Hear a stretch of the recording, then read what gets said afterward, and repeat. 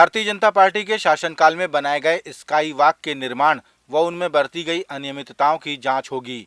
ये मामला राज्य सरकार ने एसीबी और ईओडब्ल्यू को सौंपने का निर्णय लिया है।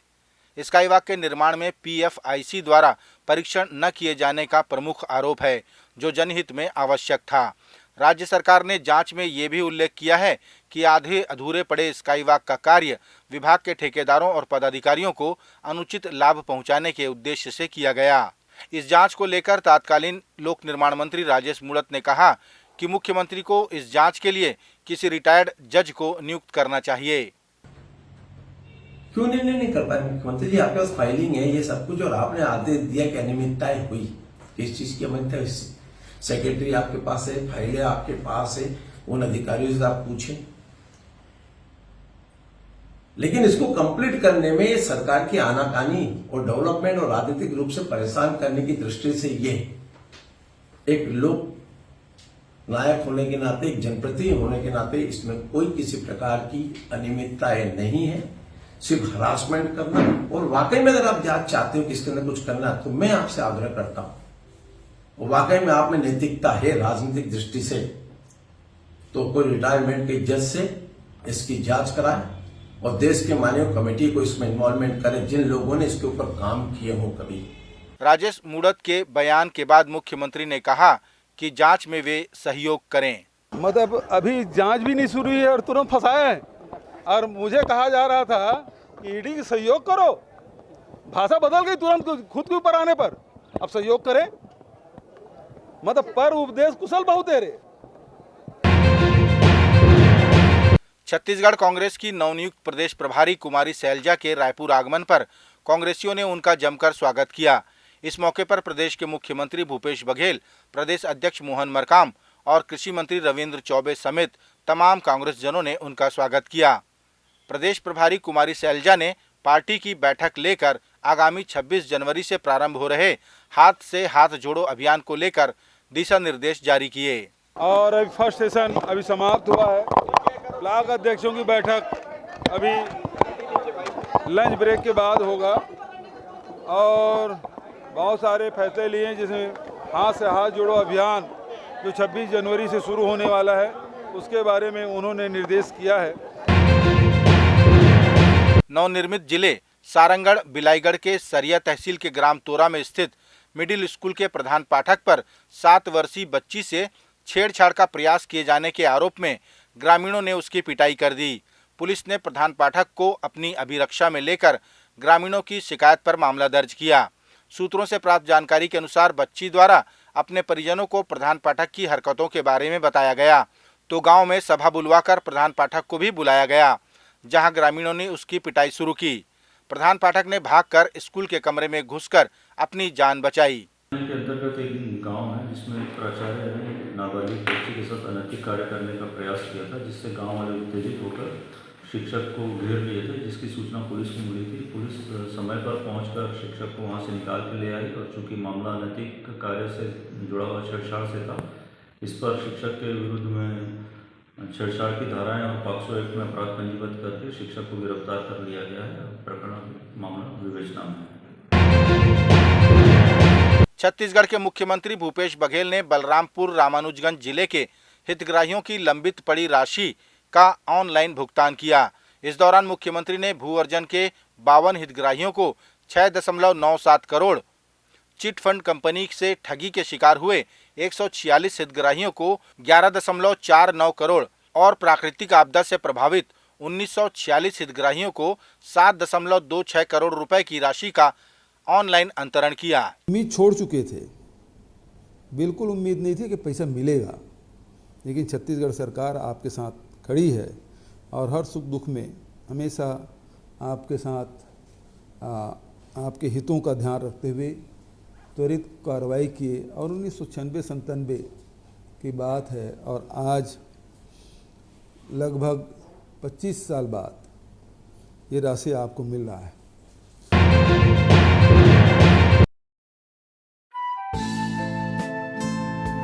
Homes logy premium quality construction, हम बनाते हैं आपके सपनों का घर। जैसी हो आपकी कल्पनाएं, वैसा ही हम घर बनाएं। उन्नत तकनीक और बेहतरीन पीओपी कार्य के साथ उच्चतम मटेरियल और रजिस्टर्ड आर्किटेक्ट द्वारा निर्माण, वास्तु के अनुसार निर्धारित क्षेत्र में संतुष्टिपूर्ण मकान, homes logy, premium quality construction.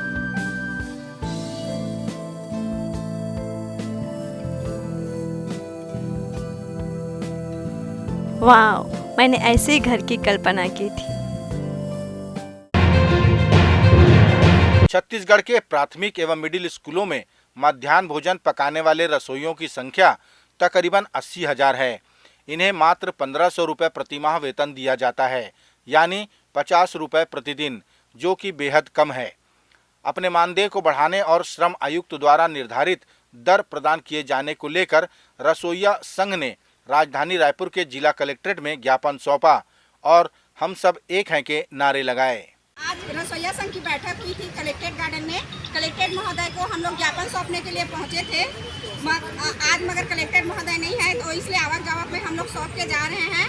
और हम सब एक हैं, हम सब एक हैं, हम सब एक हैं। दंतेवाड़ा जिला प्रशासन द्वारा कलेक्टर विनीत नंदनवार के निर्देशों पर दिव्यांगों की समस्याओं के समाधान को लेकर शिविर का आयोजन किया गया।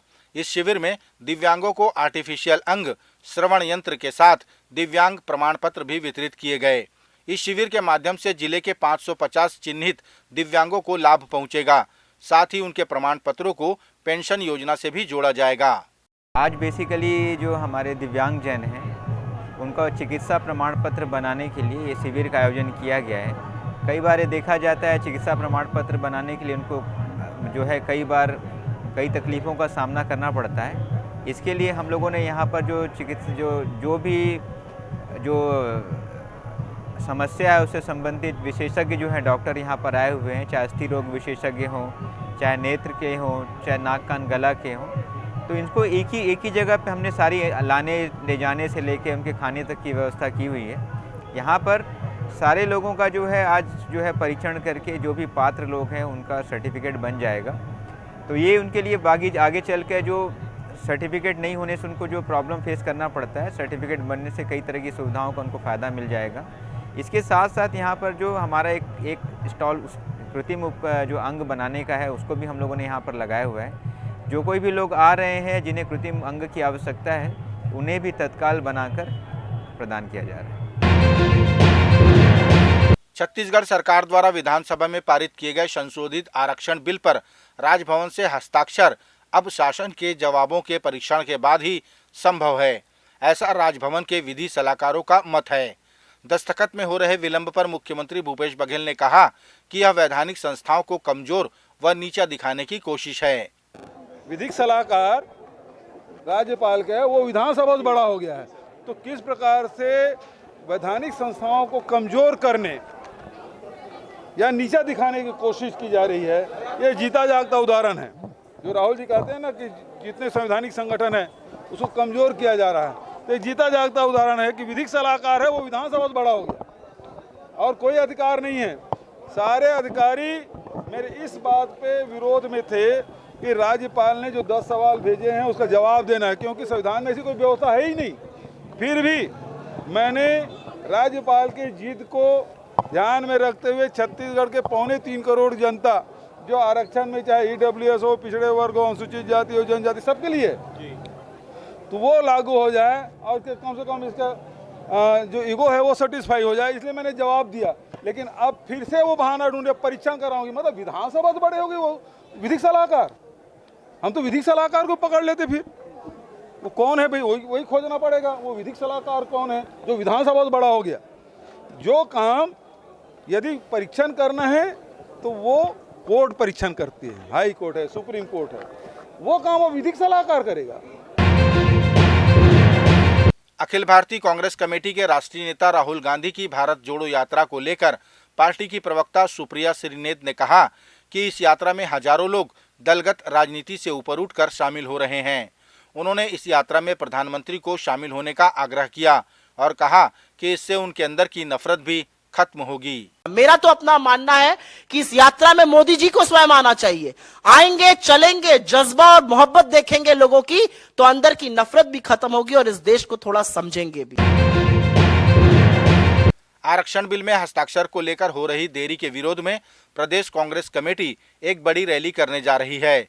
3 जनवरी को होने वाली इस रैली में प्रदेश कांग्रेस कमेटी के आह्वान पर हजारों लोग राजधानी में जुटेंगे। इस बात की जानकारी मुख्यमंत्री भूपेश बघेल ने दी।